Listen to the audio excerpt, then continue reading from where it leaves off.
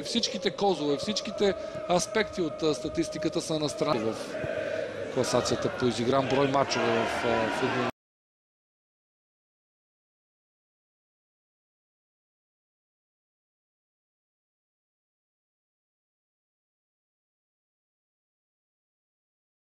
Седем двубоя. Тази статистика говори напълно достатъчно. За първата част, но и през втората, дори в формация с четирима защитници, Черно море изпитва сериозни проблеми. Е редно да кажем и какво предлагат оставащите матчове на тима в шампионата. Затова обаче след секунди, тъй като тук Левски може да отбележи пети гол. Той набързо в следващия кръг футболистите на Карнер оформи доста стабилна двойка с вече напусналия Аймен Белаид. Но през 2016 година австриеца не получава шанс за изява. Шанс за Левски! Божидар Краев. Отново възможност за него да взаимодейства с Куриор. Добре съхрани топката. След това тя му отнет. Лудогорец е такова отляво. Не от най-сполучливите. 7. Цонев. Костадинов. Подаване на Костадинов, няма засада и това е гол! Добре комбинира с Балтанов, отново Милев. Поведи си това оферта от Ботев и все още не са решили дали ще останат на Герена. Искат да играят младите момчета. Това е много задна позиция. Вече организира Неделев атаките. Не трябва да получи шанс да продължи своето дело. Адениджи! Удар игра! Контратака и на Бероа. Елиаш. За Диема Спорт. Двама футболисти надскочи Мехди Бурабия. Един от тях остана да лежи на тревата. Всъщност и двамата футболисти на Бероа останаха. Това породи и тепърва, струва ми се, ще поражда доста. Делев. Бе трудно да пробие през двама футболисти. Сега Бедоя шанс да намерили начин Берое да създаде реално гол. Към него насочи топката Китанов. Надскочен бе Расим от Костадинов. Стойчев с глава. Никил Рачев. Хубаво подаване към Мигел Бедоя. Той овладява. Костадинов е с лице към вратата. Георги Костадинов. Какво ще направи? Удар на Георги Костадинов.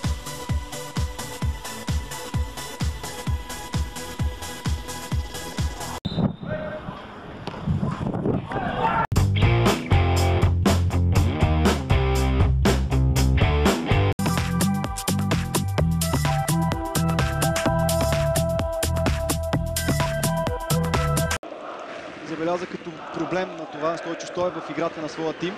Първенство ще стане ясно дали Владимир Гаджев ще продължи Карибниковата защита. Такива няма да има много, бъдете сигурни. Костадинов игра. Използваше всички паузи в първенството, за да подготви. Антон Недялков много силен мач прави. Костадинов сменя фронта на атаката с диагоналния пас. Много лесно загуби от Петрус Бомал. Данило Асприля. Внимание! Асприля поема топката. 3 минути остават до края на първото продължение. Преместването му на фланга не носи никакъв положителен резултат за човека, който по всяка вероятност ще бъде заменен. Владимир Семерджиев остава да лежи в центъра на игрището. Междувременно атака за Левски. Възможност да помогне в изнасянето на топката. Сега намери на покрития Микил Рачев. Сега тук вече не говорим по-скоро за някакъв израз на безсилие. С трима централни бранители не се ориентираха обаче играчите на Ферарио Спасов и допуснаха доста грешки. Денойер зад гърба на защита. И пак Прохаска. Георги Костадинов. Подаване зад гърба. Място. Костадинов е свободен, мигновено получава, за да види включването от дясно на Живко Миланов. Прохаска се отказа, след това Бедоя центрира, удар с глава в ръцете на...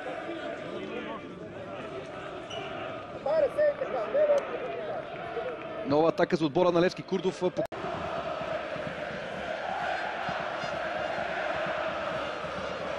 И с показаното това от допълнителните 10 минути. Кешер обаче сега не го преследва и сега пасът ще е напред. Това изглежда опасно, но стигна той до Боян Юргачевич, не успя обаче да му противодейства. За Локомотив Пловдив, вратар Ясин Елкаруби, пред него в Петев за тренировъчния лагер в Правец, който предстои следващата седмица. Минев успя да достигне, добро центриране, възможно. Късо подаване на Мигел Бедоя, заучена е тази комбинация, 12. Костадинов. Влиза на двойно с Махмудов. Отново Костадинов. Отпаднаха от още тази фаза. Първа за тях, в която те се включват в турнира за Купата на България. Прохаска. Левскарите успеят да елиминират Поморие и жребия противопостави два. Най-навръсната част от агитката е научила на цензурните.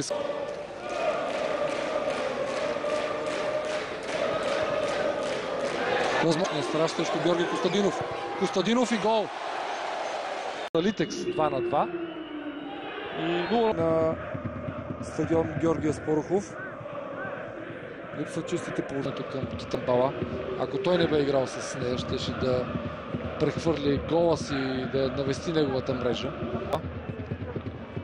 И пак центриране, поредното такова. Няма игра с ръка, удар и гол! Левски. Живко Миланов спринтира отдясно и получава десния бек. Зона е празна, нито Прохаска го има там, нито Миланов. О, ето начина, по който Георги Костадинов. Стадион Георги Аспарухов, Кифоети игра с топката, но пък Костадинов ще я владее. Минев. Георги Костадинов. Пас за Мигел Бедоя, който може да излезе на позиция да нанесе удар. Близо. Атанас Курдов се приближава към резервната скамейка на Левски. След това на Йоан. Канал 3 преди малко беше и официалното представяне на отбора на Левски за да се намесват. Преди малко и този удар, за който и ти каза, когато се скара. Беше по-любопитно какво реши да прави. Атака обаче междувременно на отбора на Левски. Махмудов.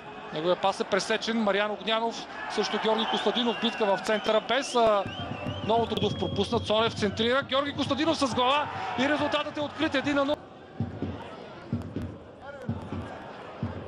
Трябва да се гласува доверие.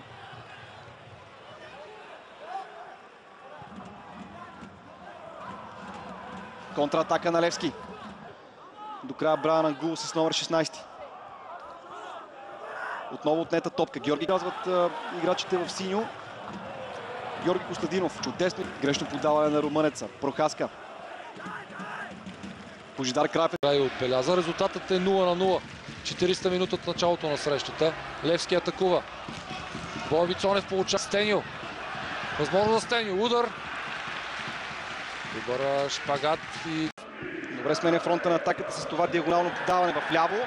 Георги Пашов има човек на гърба, след като Минчев закъсня. Костадинов има възможност да напредне. Прохаска. Добре към Мики Орачев. Той намира Божидар Краев. И ето това подсигуряване, за което не веднъж сме говорили в отбора на Монтана, макар че Веселин Минев хубаво подаване в наказателното поле. Топката е върната около точката за изпълнение на Дуспа и това е гол, но има факт за засада, така че попадението няма да бъде зачетено. На Христо Иванов, преди това естествено удара беше блокиран, топката бе олекотена и така Христо Иванов се справи. Отново Георги Костадинов погледна дали има човек на гърба, така е времето за лидери. Локомотив Пловдив се представя силно до момента срещу сините. Хубаво центриране, изстрел с глава и спасяване. Изпуснаха го само веднъж през първото полувреме. Ситуацията наистина беше много чиста. Курдов не се възползва.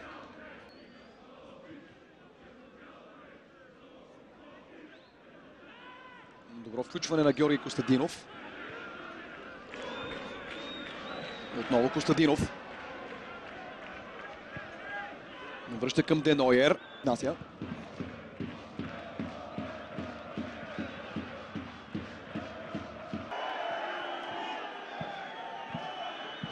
Остава да лежи на тревата, но атаката на Левски е опасна. Падане в наказание.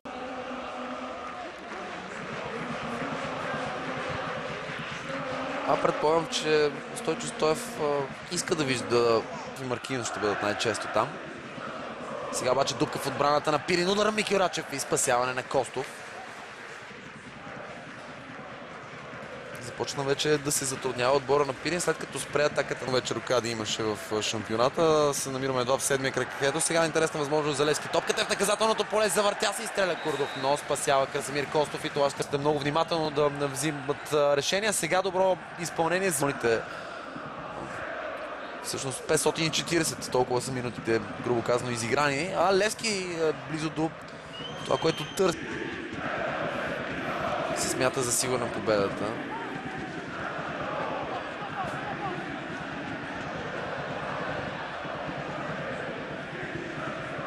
И удар с левия крак. Сега пък Тони Тасев с добър контрол на топката. Няма да гол. В случая се размина на Пирин, но трябва да имате нон гол.